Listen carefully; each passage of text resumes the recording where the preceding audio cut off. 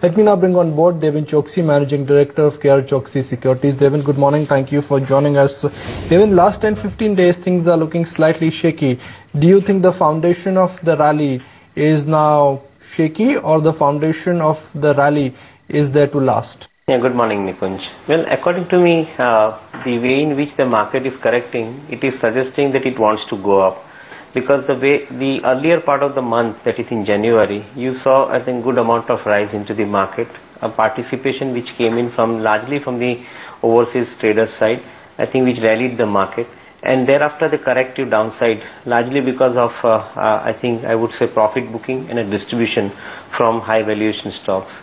I'm seeing this as a healthy trend because in FY 13-14, when we are looking at this financial year with a lot of optimism, I would think that this kind of corrective phases would invite some of the quality investors to the market, and that's what we have been seeing. Some of the long-only investors have started building their portfolios in the corrective market. They've been steadily buying into some of the good quality stocks, including in the upstream oil and gas companies. So to my mind, I think this is a good indicator. Probably this correction may last for a couple of more days or maybe a week. And thereafter, some amount of build-up should start taking place ahead of budget, and a pre-budget rally could probably take place. So certainly, I would think that this particular correction is much more healthy correction, and it is basically giving the market a good opportunity to rally after the event, which is budget. But Devin, is there a case that from now closer to the budget, perhaps the market would want to pick up and we may see some upside? Yes, individual stocks you would probably see a good amount of action. Where the news flow is positive, I think you would see those actions coming up ahead of others. Maybe the banking stocks are consolidating at this point of time, stroke distributing some part of the profit is being made by the traders. So to a greater extent, if fall continues further in some of the banking companies, then probably you would see the buying taking place. Similar way, as I was making a point with the upstream companies like ONGC, companies like Reliance, typically they are moved in a trading zone and they could possibly invite buying at lower levels.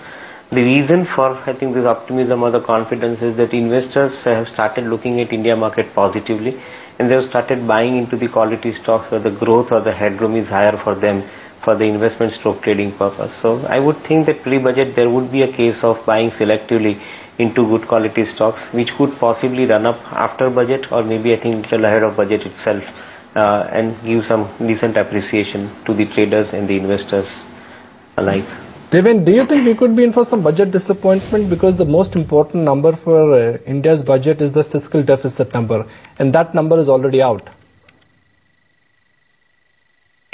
Yeah, right, Nikunj. And that's a concern which is there at the back of the mind of everybody, including the finance minister, who has gone on record recently during his road shows in meeting investors across, and then he has basically committed that his basic idea would be to control, curtail and give a direction to this deficit management business, which is fiscal deficit and current account deficit.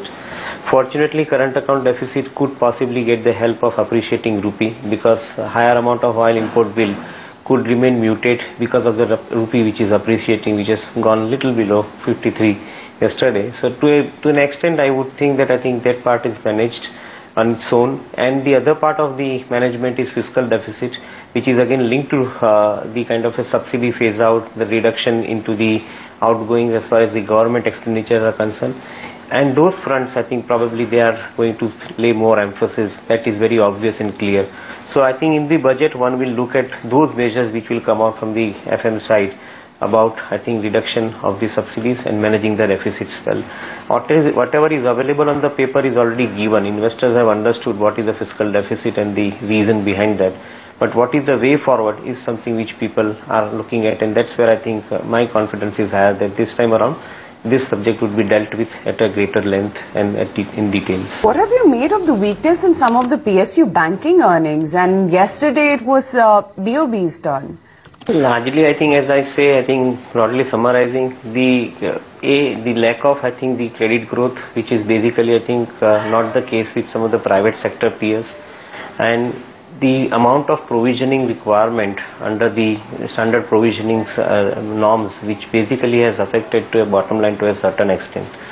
It's an adverse kind of an economic situation in which PSU banking model is certainly, not favoring or not working as good. due to the improvement into the working model, into the economic situation, probably I think the same very working model could show better performance. And I'll probably put across a point that the falling bond yield prices could possibly, I think, end up giving some treasury gain in coming quarters. Most of the PSU banks, including PNB, which came up incidentally with the good numbers, I think have a good amount of AFS portfolio. So to an extent, I think that could contribute well. The credit growth and probably, I think, higher amount of fee income gradually with the project getting started could also result into some better numbers going forward in subsequent period of time. What we are seeing currently in the PSU banking space is largely the effect of, I think, the inactions or non-actions happening into the economy at large, and that's where I think the company's workings have not come up to the mark. But going forward, one could expect PSU banks to perform reasonably better than what they have done in their past. Why do you say that, Devin? Because if you look at the kind of management commentary we've got from PNB or from Bank of Baroda, the management commentary was not all that constructive. In fact, they've gone on record and they've indicated that in the near term, the asset quality pressures will exist. Yes, Nikunj, I think you are right. But I'm looking at the possibilities of the infrastructure projects reviving. And that's where the outlook and the body language of the management of some of the PSU companies would change at the same time. Currently, they are right, I think, in the near term, which they are expecting for the current quarter, that is January to March quarter. In that particular quarter, you are required to provide for higher amount of standard provisioning norms, and that way, probably, I think you could see more amount of the provision at the bottom line. And that is where I think they are a little bit more skeptical, and because of the restructured loans. But as I'm making the point that I think if government is determined to clear some of the infrastructure projects, going forward you should be seeing gradual ease of this kind of a pressure, and that could result into better performance of the banks. Of course, I think nothing is happening in this quarter for sure. I think that's where I think I'm saying that could be an opportunity to buy into these stocks. Because of these negative sentiments, you are getting the stocks at lower levels. When things starts improving, probably I think they would go up significantly. So that's where I think I see the opportunity. David, what about some of the earnings coming in from some of the consumption plays? Jubilant Foodworks, for instance, and can we see this bout of profit booking actually last for a few more days? Well, I would think so, because personally I find that I think these valuations are quite expensive. They are being given to companies like Jubilant more because there is lack of such other players into the market who are listed. I don't think that I think such kind of high valuation could remain fancy forever. So to an extent, I think profit booking in the market is a very natural phenomena. And though I think many of the fund investors would like to create some amount of space in their portfolio for having such stocks into the from the market, I would still think that I think given the opportunity elsewhere and the valuations available at significantly lower levels, you could possibly see some amount of gains booking, profit booking, and shifting into the bargain hunting kind of an environment wherein I think they would start getting into some quality good stocks which are neglected in single digit P's at this point of time. Is Axis Bank a clear buy on every decline or even at current levels, because they've raised money at about 1400 rupees, which means the book value of the bank has expanded quite substantially. Yeah, Nikunj, I think would agree to that point. And though market has positively, I think, run up quite ahead of time, I would have expected, I think, this kind of a price to probably, I think, sustain over a 6-month period. But I think these days the market does everything in a fast-forward manner. Certainly, I think any fall into the price could possibly make the price-to-book value ratio even more attractive. And that's where I think one could possibly buy into this particular stock. I have larger conviction about, I think, the models of both the Axis as well as the ICICI Bank, because I think both these models probably, I think, are going to show up good amount of dynamism, as I would call it, in bringing higher amount of growth compared to their peers. Given the size of the book and given the size of the, I think, activity which is happening around, probably the leaders would take the advantage, and that's where I see the possibility of ICICI Bank, Axis Bank kind of a bank within the private sector space, with the valuation working in their favor, could possibly, I think, invite the investors to buy into their long-term portfolio. What is the deal with State Bank of India? State Bank of India in quick time has corrected by a good solid 150 rupees.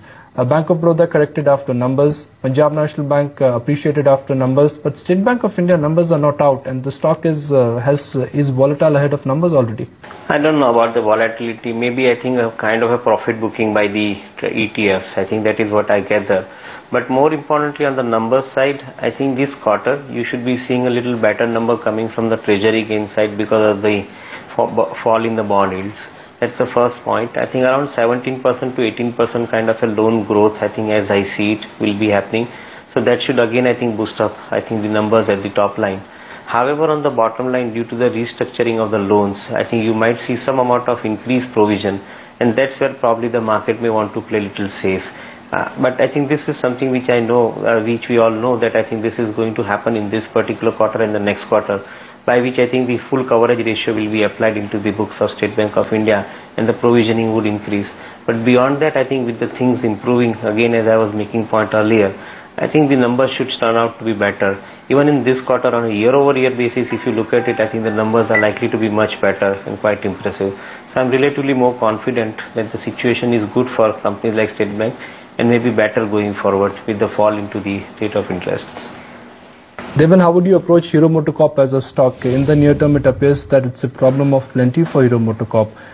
They've lost market share, they have zero presence in the export market, and now there's a HR problem at the plant. Unfortunate it is that I think the industry is passing through this particular phase in the North India, wherein I think one after another company is facing, I think, the workers related problems. Very unfortunate. However, I think the company definitely, I think, will take more time as I see it, as they shape up their business model, which is going to be, I think, more export driven going forward. That's what the management commentary says. As of now, I believe that I think the better opportunity should be with Bajaj. I have found, I think, some interesting moves taken by Bajaj, and that's where I think my confidence is larger. Having taken over, I think, the off-road unit of BMW by their partner KTM, it suggests that I think the entire model of Bajaj is going on the Volkswagen way. And that's where I think I believe that I think a concentration on brand in respective segment and respective customer class could give this company a higher amount of sustainability. Already they have 1/3 of the business coming out of exports, and that business could possibly grow with this kind of inorganic growth strategy that they have followed. So I'm more confident about Bajaj and its business model, and would stick to investment in Bajaj vis-a-vis Hero Motors at this point of time.